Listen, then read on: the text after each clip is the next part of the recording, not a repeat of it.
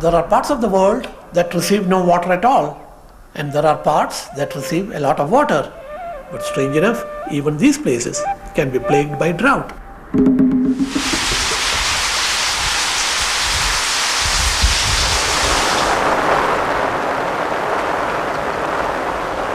A country like Holland receives on an average 75 centimeters of rainfall in a year. The people over there think they live in a very wet country, but it is nothing compared to the rainfall that pours down on Cherapunjee in the wet season.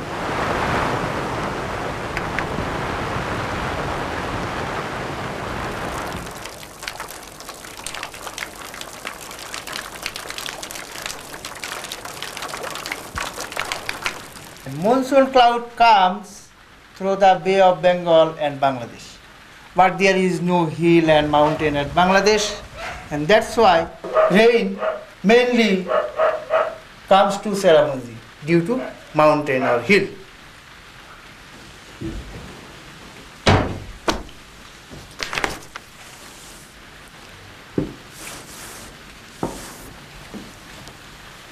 In 1974, the total rainfall of the year 24.55 meters, and it is extremely in monsoon season. In July, in the month of July, it is 8.204 meters. July also 3.055 meters. August 3.597 meters. One day rainfall 1563 millimeters. That means 1.56 meters in one day or 24 hours. That is in one day 2 times as much as in the whole year in Holland. It may be. And rain comes here sometime 2 or 2.5 months continue. You cannot see the sun ray or sunshine within 20 or 25 days. Cherapunjee, a former British settlement in the northeast of India, can be found in every atlas. Not because it's a big place, only a few thousand people live there, but since time immemorial, it's been celebrated as the wettest place on Earth. Its annual rainfall is 11.5 meters, 15 times that of Western Europe. Cherapunjee's special status was discovered by the British who settled there in 1820. They recognized in this wet, green and hilly region their homeland and called it the Scotland of the East. But even for the British, 2 months of non-stop rain was too much of a good thing. In 1850, only 30 years later, they left Cherapunjee. The present inhabitants of Cherapunjee, the Khasi tribe, have become used to all that rain. If everything's under cover, life can go on as usual. As long as you're armed with an umbrella and don't get in the way, it's no trouble at all.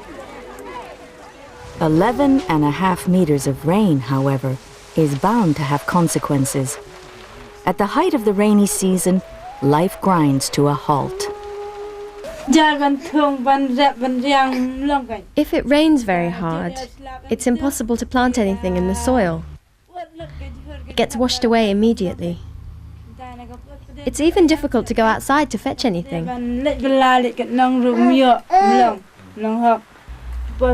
During the rainy season, my husband can't find any work.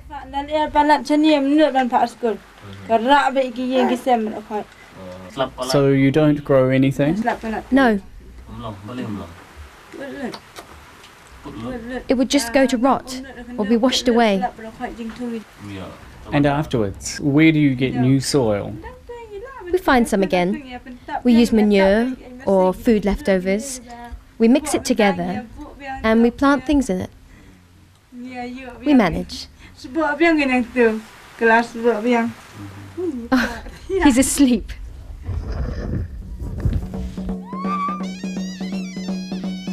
Despite all the problems, the start of the rainy season in Cherapunjee is cause for a big celebration. For 2 whole days, the people jump and jiggle their way through the mud in a noisy dance intended to drive out evil.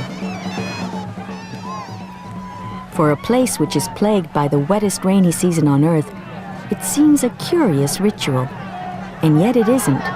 For strange as it may sound, rain is not Cherapunjee's most significant problem.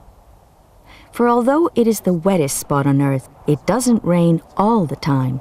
Far from it. More often than not, it doesn't rain at all. But rain comes here highest and goes Bangladesh by canals. There is no any preservoir here to preserve water.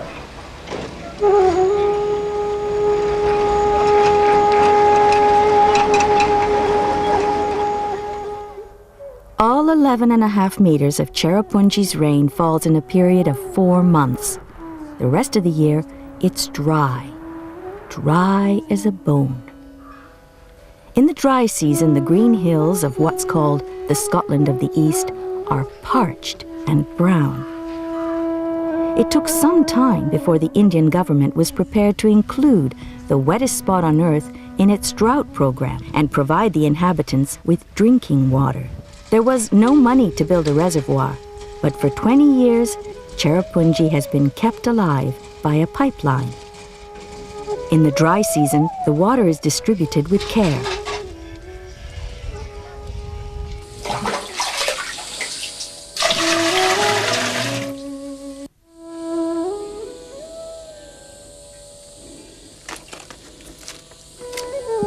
But how is it possible that nothing of the 11.5 meters of rain is left for the rest of the year? And has that always been the case? What a strange paradox. This is the wettest spot on Earth, and yet a desert for most of the year. Look at this forest. This kind of forest existed once upon a time all over Cherapunjee. Most of the forest is now gone. This particular patch is a sacred forest protected by the people for cultural or religious reasons. These forests soaks in water during the rainy season, and over a period of time when the rainfall is not there, this water is gradually released from the system. Now what has happened is most of this forest is gone.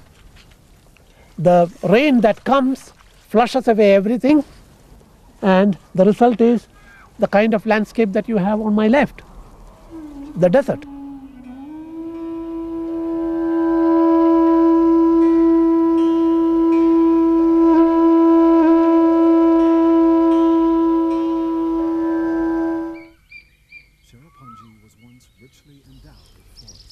In the Garo Hills, about 200 kilometers away from Cherapunjee, there is still lots of forest.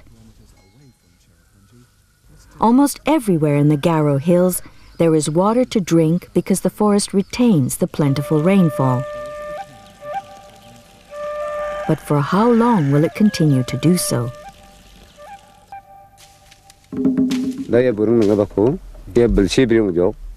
A few years ago, we burnt down that bit of forest over there and grew crops on it for 2 years. We'll stay off it for a while to allow it to recover. Now we're using this bit at the front, and we hope there'll be enough ash to give us a rich harvest. In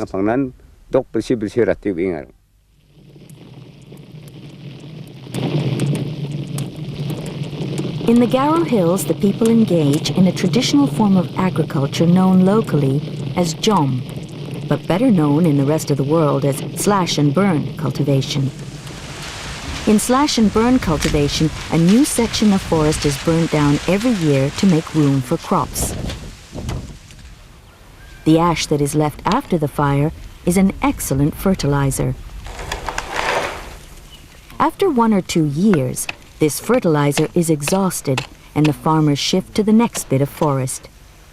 The abandoned field is left alone to allow the forest to return. The forest needs at least 12 years to recover fully, but in most cases, it's not given that amount of time.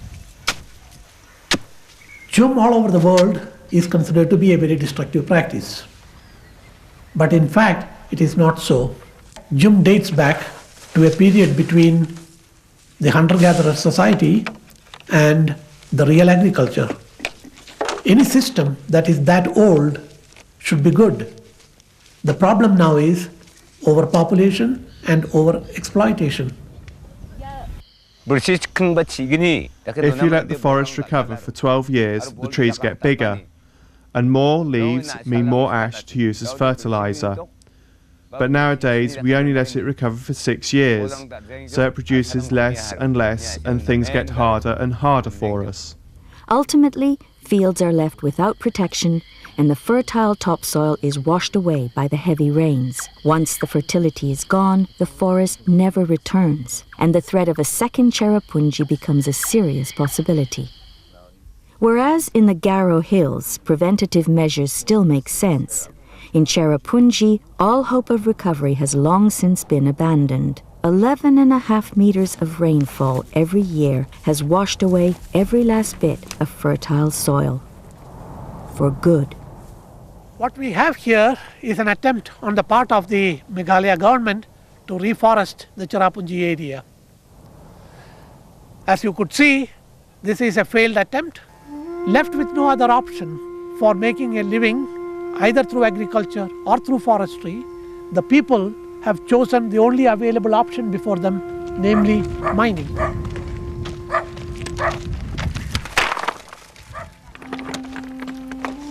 Why do people stay in a place which doesn't support life either in the rainy or the dry season? Because there's work. Cherapunjee has piped-in drinking water and little to eat.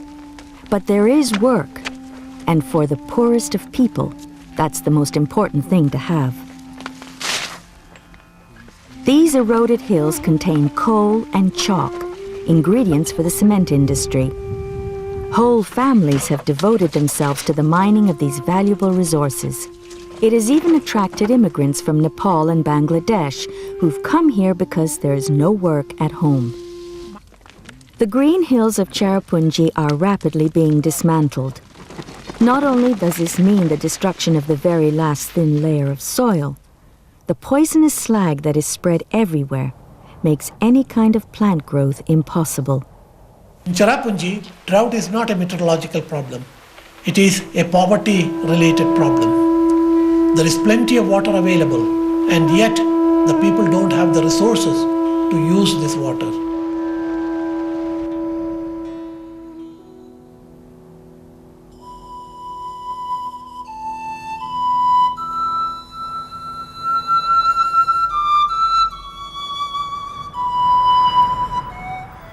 If the wettest place on Earth is a victim of drought, is there hope for the rest of the world? Everywhere on the planet, the amount of available clean drinking water is rapidly decreasing. Yet it is still possible to find new sources of water, even in the least likely of places. On the west coast of South America, there's an enormous desert which begins in Peru.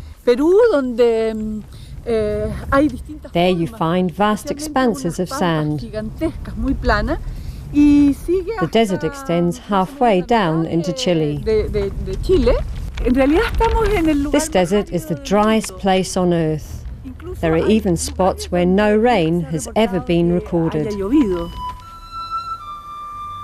The Atacama Desert is that dry because practically no rain can reach the area. In the east, the desert borders on the Andes. The wind blowing in from the east loses all its moisture over these mountains. The clouds drifting in from the ocean over the desert bring no rain. A cloud must become at least a few kilometers high to produce rain. Off the Chilean coast, a layer of warm air stops that happening. On the driest spot on Earth, every source of water is welcome. That's why, since the 70s, a group of Chilean geographers led by Professor Pilar Ceracida have been trying to collect water from clouds. They realized that the clouds are always at the same altitude. It's a predictable phenomenon, and therefore a reliable source of water.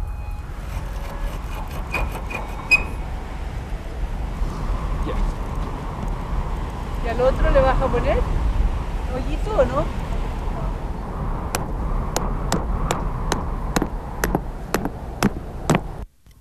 Saracita and her colleagues didn't only have a scientific interest in collecting water from fog, they also had in mind to offer a solution to the problems of the poorest living on the Chilean coast. La sequía es un problema de pobreza. Take, for instance, the situation in Chungungo, a small fishing village on the Chilean coast. Chile entre el desierto de Atacama y el océano. Hasta los años 70, Up until the 70s, the villagers had water enough. En la cercanía Nearby was an iron mine, which was owned by an American company. Los pescadores The fishermen sold fish to the mine, and in return the mine gave them water, les daba agua. an abundance of water. Despite the lack of water, the fishermen of Chungungo wanted to stay in their village, because even though life was difficult, there was work. Work that here too was hard to find. But how were they to survive in a village without water?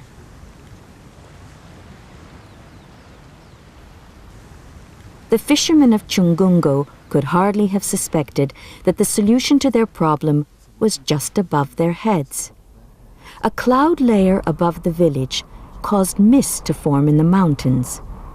The fishermen even had a name for it, Cherapunjee. They didn't realize that this Cherapunjee could be harvested, as Saracita's team intended to do. One of the most important questions the scientists had worked on was what shape the net should be. The most efficient turned out to be a complicated diamond-shaped structure, which allowed the moist wind to pass through it from all sides.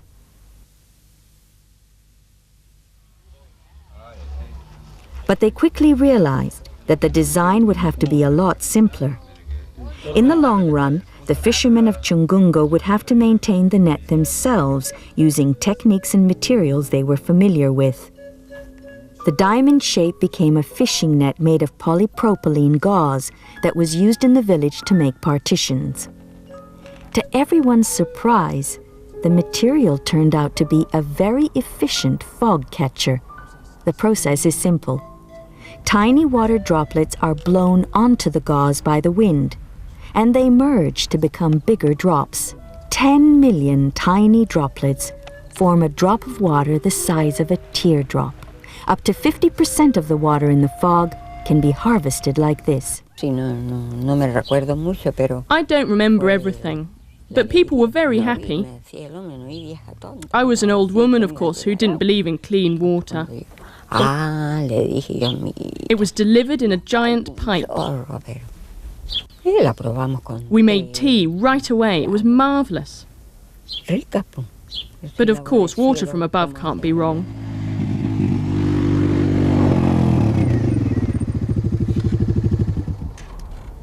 First and foremost, the project was a scientific project. The researchers had built and maintained the installation themselves. And of course, they had a budget for it too. But once the installation had been handed over to the villagers, that budget would dry up. And that proved to be a problem. In the village, a committee was formed to look after the collection of fees. This committee had to adopt strong measures because although the fishermen wanted to pay, they couldn't.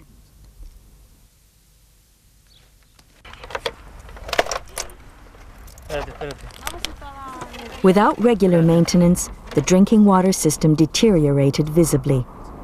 The efforts of the Water Committee alone were not enough to prevent it, and there simply wasn't the money to take on anybody else. Here, too, drought turned out to be first and foremost a problem of poverty. All hope was not yet lost. The Chileans were convinced that instead of nets, trees could be used to collect water from fog. Peruvian scientists had reached the same conclusion. In various locations along the Peruvian coast, there are definite clues that the idea of collecting water from mist isn't as new as it had seemed.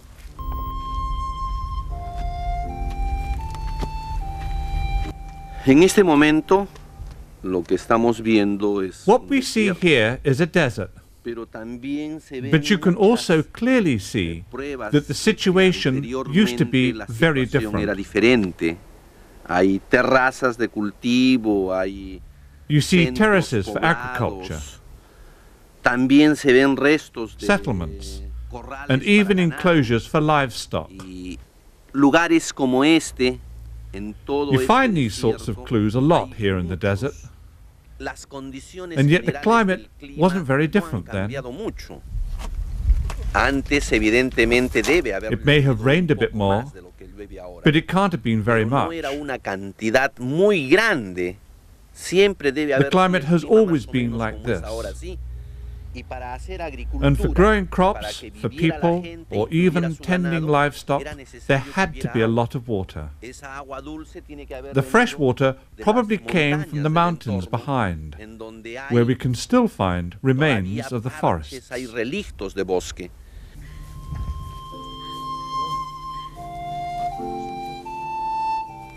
The Peruvians were doing research into plants able to live off their own water supply. They wondered how much water a particular tree could collect. In this way, they were able to select the trees suited to be used in reforestation.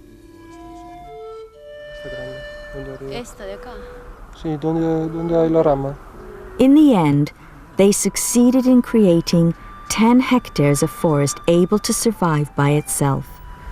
And there are plans for bigger projects. Ultimately, they hope to make the forest big enough to produce more water than it needs for itself. The surplus will create little streams which can be used to drink and other purposes.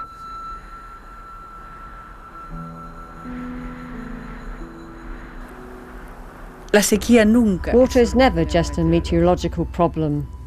It is never just a shortage of water. In the desert too, there is water, and nature knows how to make use of that.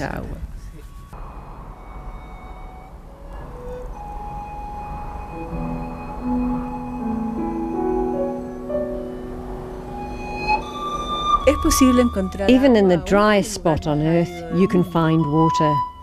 And with that water, you can break the vicious circle.